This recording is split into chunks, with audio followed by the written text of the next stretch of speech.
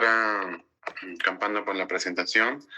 En primer lugar, quiero agradecer a los organizadores por dejarme compartir esta serie de charlas al lado de grandes profesionales, y voy a darles un aporte sobre la primera parte, que incluye las consideraciones perioperatorias de la anomalía de Einstein neonatal. Como ya lo mencioné, yo soy el doctor Emerson López, cardiólogo pediatra de INCOR. Es interesante cómo se enfoca en el título, ¿no?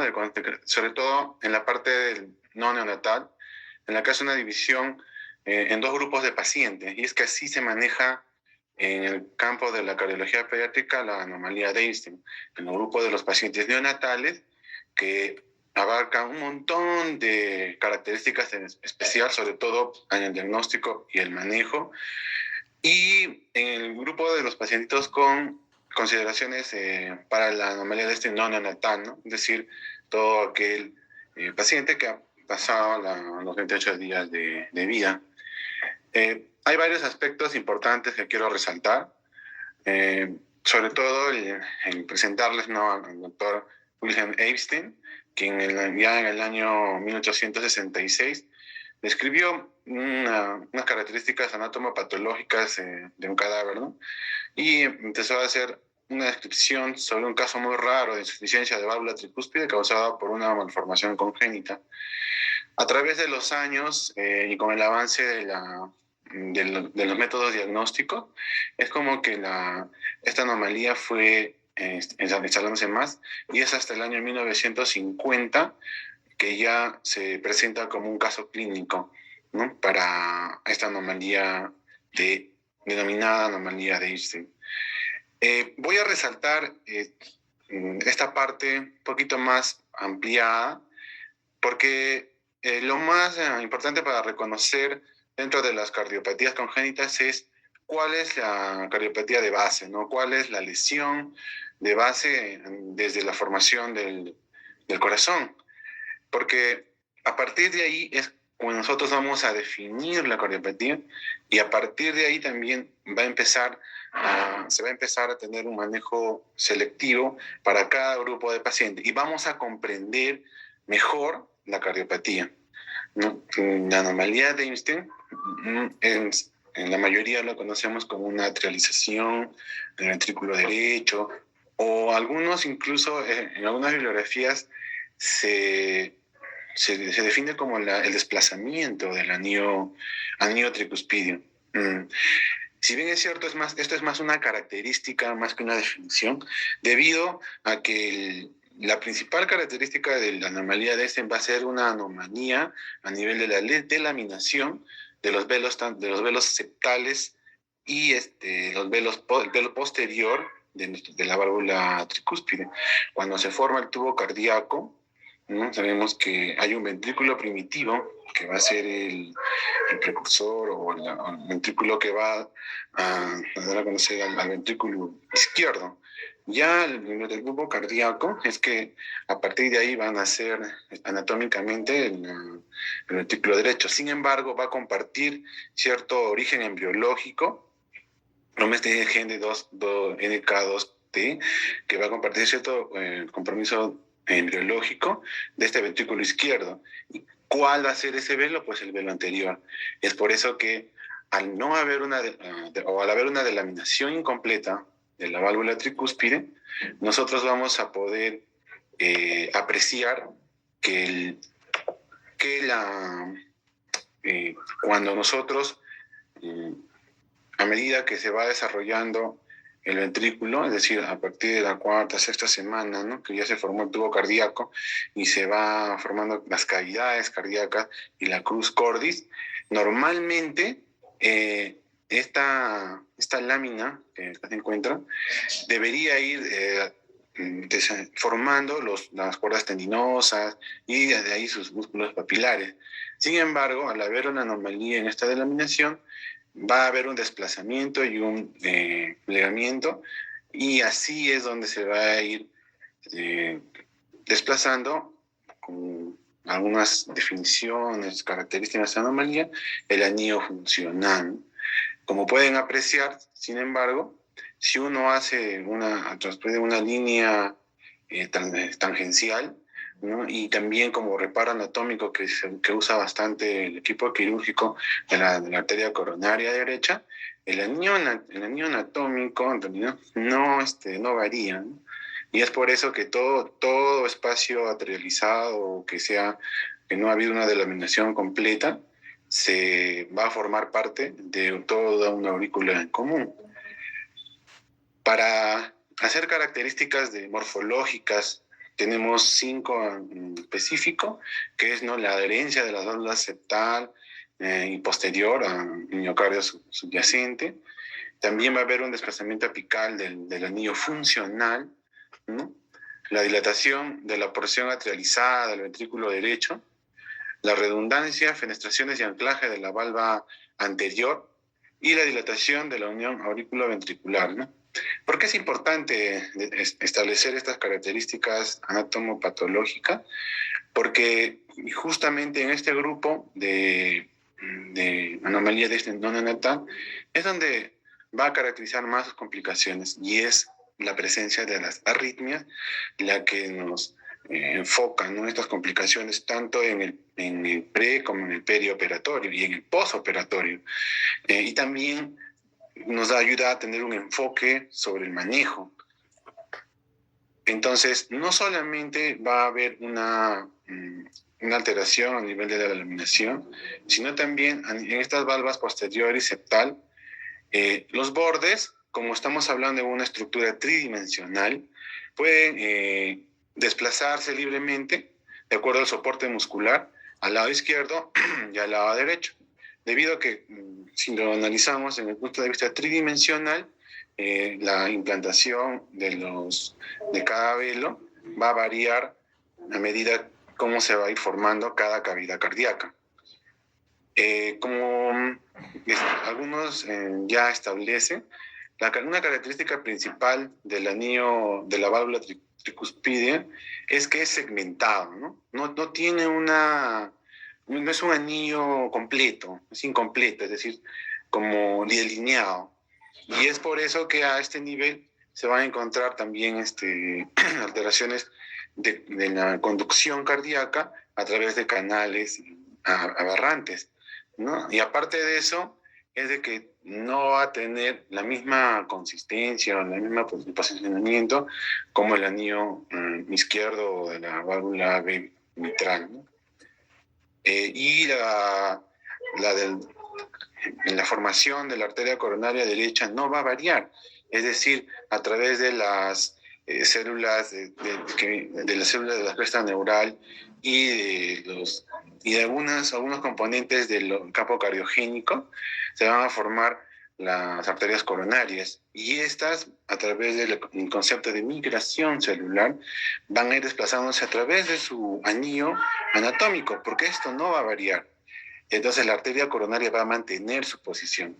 Y como nos van a ampliar en la técnica quirúrgica, es muy importante conocer esto para hacer algunos reparos, algunas técnicas quirúrgicas. No solamente para las plastías, sino también para los reemplazos de la válvula tricuspidia en algunos grupos de pacientes. El ventrículo derecho va a tener su porción de entrada, pero que va a ser funcionalmente asociado a una porción ventricular que no está determinada en normalidad. Y esto, dependiendo tanto de varias características como la insuficiencia de la válvula B, la presencia o persistencia de una CIA o un foramen, ¿no?, va a hacer que esta cavidad incremente su tamaño. Y a su vez, a través no solamente del crecimiento o del posicionamiento de la aurícula derecha en el ventrículo derecho, sino también a nivel de la inserción y la posición del velo anterior, va a haber una alteración a nivel de la porción de salida intravehicular que puede ocasionar obstrucción funcional de la salida a la arteria pulmonar. Pero en términos de ventrículo derecho, Estas características nos ayudan a entender, ¿no?, que la porción en cuestiones de precarga, sobre todo, de este grupo de pacientes, va a ser muy importante valorar la parte funcional de este ventrículo derecho que en algunos casos va a ser ausente, ¿no?, dependiendo de la gravedad de la presentación de la anomalía de Epstein. Es importante también tener un sistema de clasificación. Bueno, no voy a hablar de la parte neonatal. La que nosotros más conocemos en los neonatales es la de Carpentier, ¿no? También va a haber una clasificación anatómica que nos ayuda a poder diferenciar en relación a la presentación de los velos septales y de la lateralización del ventrículo derecho. Y hay una clasificación eucariográfica donde va a valorar el índice de implantación o desplazamiento, ¿no? Que los grupos mexicanos, algunos grupos españoles tienen un estándar que es menos del 25% leve, ¿no?, entre el 25 y 50 moderado, y el desplazamiento del anillo funcional de la válvula tricúspide mayor al 50%, se va a determinar como de grado severo. Aparte de eso, se va a valorar el grado de regurgitación tricuspidia y el grado de dilatación y disfunción del ventrículo derecho. Todo ello es de vital importancia debido a que para el manejo anestesiológico es muy importante, debido a que nos ayuda a ver con qué volumen vamos a trabajar, con qué sedantes, ¿no? Y sobre todo el grado de la funcionalidad del ventrículo derecho o dilatación también nos ayuda a ver qué grupo de sedantes o anestésicos va a comprometer más en relación a la salida de la pulmonar, para valorar y también qué estrategias ventilatorias vamos a usar, ¿no? Algunos recomiendan más usar IPPB, ¿no? Pero eso sé que va a verse más adelante. Bueno, específicamente la clasificación de Carpentier va a estar en relación a la posición de lateralización del ventrículo derecho y la implantación del velo septal anterior. El tipo A, bueno, va a ser el mínimo, no va a haber un BD verdadero. El de tipo B ya se va a ir formando un componente atrial, ¿no?, en el ventrículo derecho. Entre el tipo C y D hay casi una misma relación, lo que lo diferencia es la porción ventricular, ¿no? Porque en ambos lo que va a haber es una obstrucción significativa del tracto de salida del ventrículo derecho. La diferencia es que en el tipo D prácticamente el ventrículo derecho solo va a estar a través de su porción intravehicular en el tracto de salida, ¿no? Dentro, más importante aún, ¿no?, conocer las anomalías cardíacas asociadas. Hay un estudio, ¿no?, más del 50% de las anomalías de Epstein tienen alguna asociación anómala, ¿no? Pero dentro de las más frecuentes tenemos a la CIA tipo OS o tipo foramen, que también puede ser funcional por el jet de insuficiencia tricuspidia. Algún CIB con o sin atresia pulmonar. Y lo otro, ¿no? Esto es importante, la obstrucción del tracto de salida del ventrículo derecho puede presentarse con una obstrucción funcional más frecuentemente en este grupo de pacientes, es decir, los neonatales. Porque en el neonatal, sin embargo, lo más frecuente es que se asocie a, no tanta diferencia, pero es más frecuente que se asocie a una obstrucción más orgánica, ¿no? Es decir, más estructural, una atresia anatómica. Sin embargo, en los otros grupos, es decir, no neonatales, más es una obstrucción funcional con un Carpentier C o D. También puede estar asociado a un PCA, una coartación, las vías accesorias, ¿no? Dentro de las arritmias, el síndrome de Wald-Parkinson-White es la que está en 15 o 20% más frecuentemente asociada. Sin embargo, al tener un componente atrial mayor, se somete al riesgo de hacer flutters, todo el grupo de arritmias asociadas a la aurícula, ¿no?, a esta aurícula grande, gigante. Y también las complicaciones postoperatorias van a estar relacionadas a esta presencia de arritmias como el FA o el flutter, ¿no?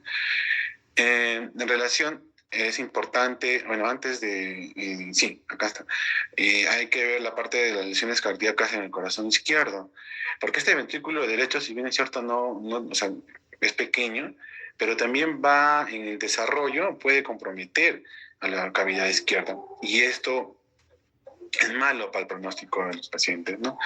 Porque puede ocasionar indirectamente una disfunción o un prolapso abdominal si es que no existiese, porque puede hacerlo. Puede haber una estenosis subaórtica también por el desplazamiento en el tracto de salida del derecho, ¿no? Que puede comprometer la asociación mitroaórtica. Esto sí es importante, ¿no? Acá lo menciono, pero actualmente, de hace unos 10 años para adelante, hay bastantes reportes, ¿no? De que la anomalía de este se está asociando frecuentemente a miocardiopatías no compactadas. Muy interesante.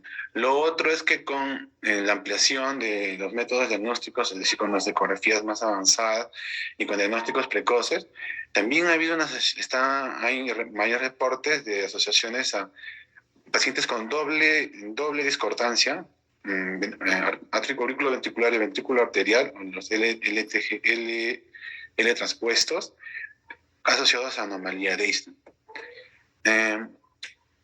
Para hablar del compromiso clínico, ¿no? Previamente, vamos a ver que no necesariamente es absoluto, pero va a estar más en relación al desplazamiento de la válvula, del anillo funcional, ¿no?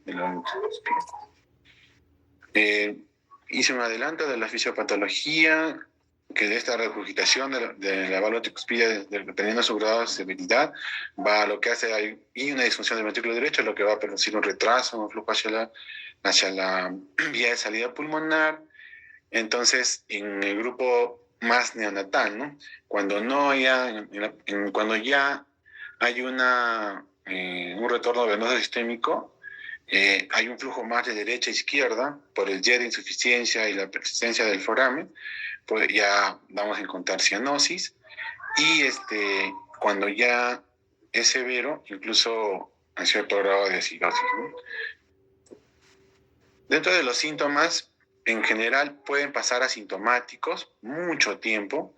Es por eso que en pediatría nosotros, el equipo trabaja mayormente en el diagnóstico con pacientes neonatales, ¿no? En los pacientes no neonatales hay que estudiarlos muy bien para determinar cuál es el límite, ¿no? Cuál es la barrera para determinar qué grupo de pacientes requieren de una intervención y qué grupos no, porque pueden estar asintomáticos o pueden estar con síntomas que no estamos identificando, recordando que pueden ser preescolares o niños.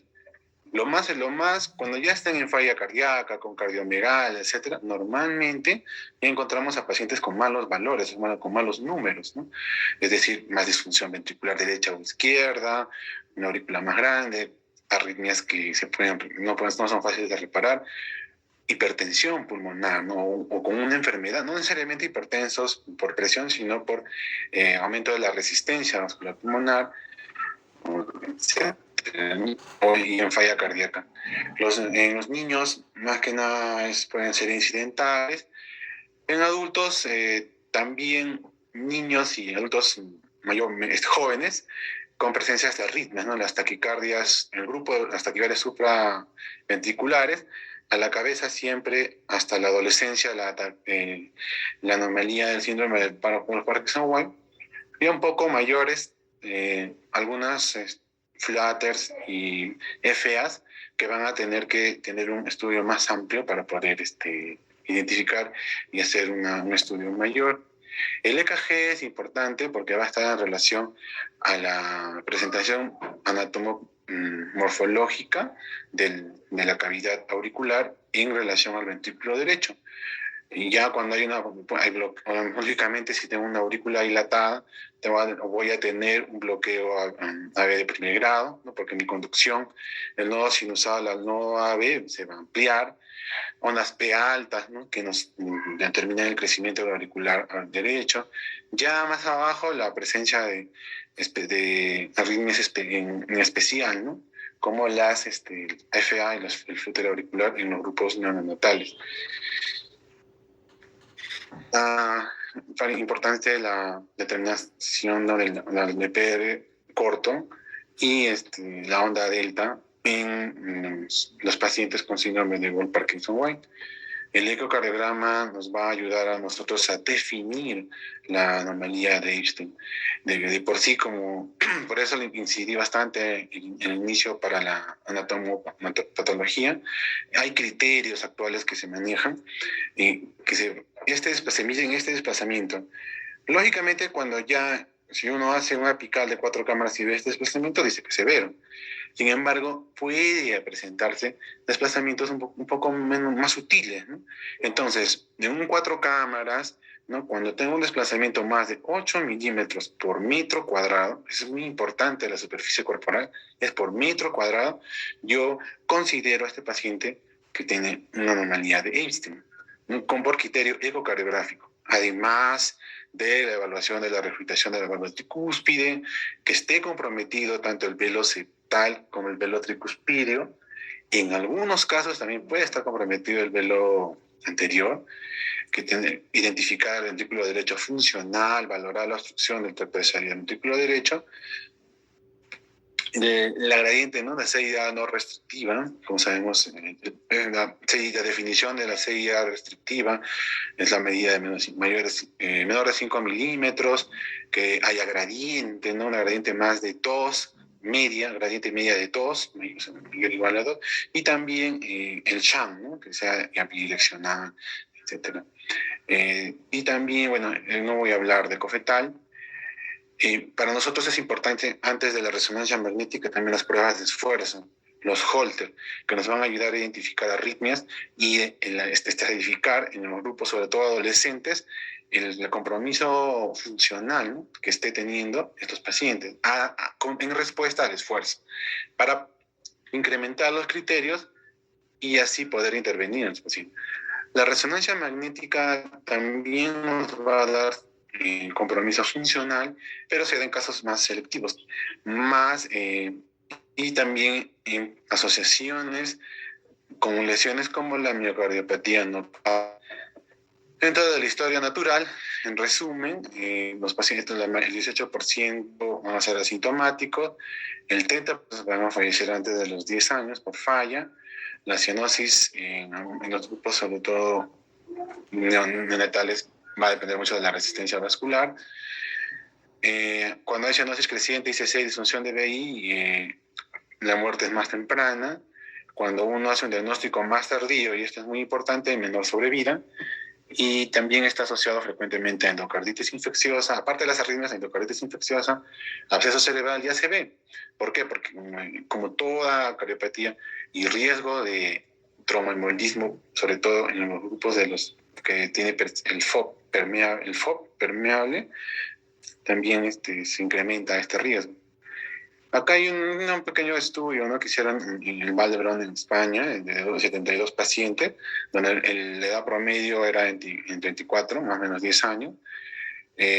Las arritmias fue su presentación clínica más frecuente, donde nos captaron a los pacientes, y las tasas de supervivencia iban en relación a la identificación, en qué momento hicieron el diagnóstico. Hicieron predictores de muerte para este grupo de pacientes con análisis univariado, asociándose el índice cardiotorácico, el mayor desplazamiento de la tricúspide, o sea, más del 50%, la clase funcional, con ergo espiro, ¿no?, idealmente, cianosis, ya la presencia de cianosis, la IT severa y la menor edad en el momento del diagnóstico, ¿no? Y en un modelo multivarial, ya asociando variables, encontraron que el sexo masculino, la relación cardiotorácica y el grado de desplazamiento fueron los principales predictores de mortalidad cardíaca de riesgo. Con respecto al tratamiento médico, si está en falla cardíaca, tratamiento de falla. Si tiene alguna arritmia asociada, si es de emergencia, amiodarona. Si no, también puede estar asociado a algunos betabloqueantes, ¿no?, como un complejo. Lo que sí, la Task Force recomienda en la actividad física para estos pacientes que van a estar en relación al tamaño cardíaco, ¿no?, en el índice cardiotorácico. En el caso de las anomalías severas, la actividad tiene que ser restringida. Entonces, aunque es raro, pero actualmente se se tiene que dar tratamiento, soporte, siempre a estos pacientes para que se aumente, prolongue la calidad de vida, ¿no? Se usan YECAS, pero aún no hay datos consistentes que lo demuestran.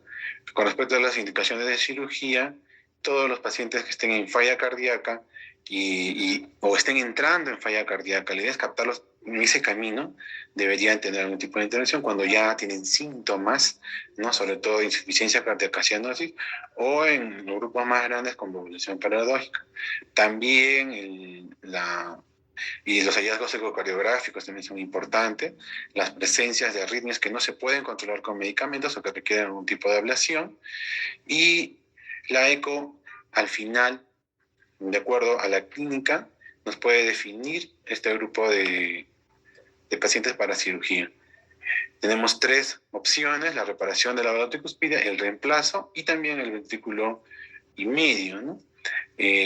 Dentro de los más importantes actualmente es la técnica del cono da Silva, y también, bueno, por lo menos la experiencia que tenemos, es para un grupo de pacientes que han tenido que ir a ventrículo y medio por la complejidad o la gran repercusión de cada anomalía de Einstein. Entonces, el objetivo de la reparación de la válvula tricúspide es obtener una válvula competente, preservar la contractibilidad del ventrículo derecho y disminuir el riesgo de alteraciones del ritmo, ¿no? Esa es más o menos la técnica de cono da Silva, y que se va a ampliar, ¿no? Lo que básicamente se hace es desplegar los velos, reducir el anillo, y al final, el resultado final, bueno, acá están reduciendo el anillo, y el resultado final, como lo pueden apreciar en esa imagen de Camayo. En general, los reportes del doctor Brasilinho, ¿no? Que una mortalidad operatoria del 2.5% baja, ¿no?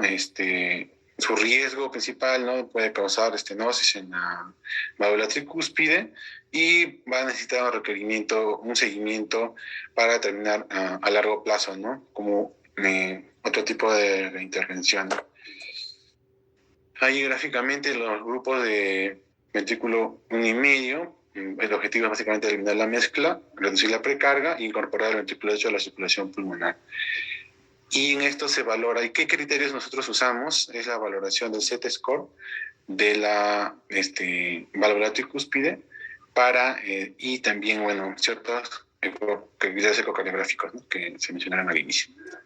Esa sería mi participación, creo que estoy a tiempo. Doctora Campana. Sí, muy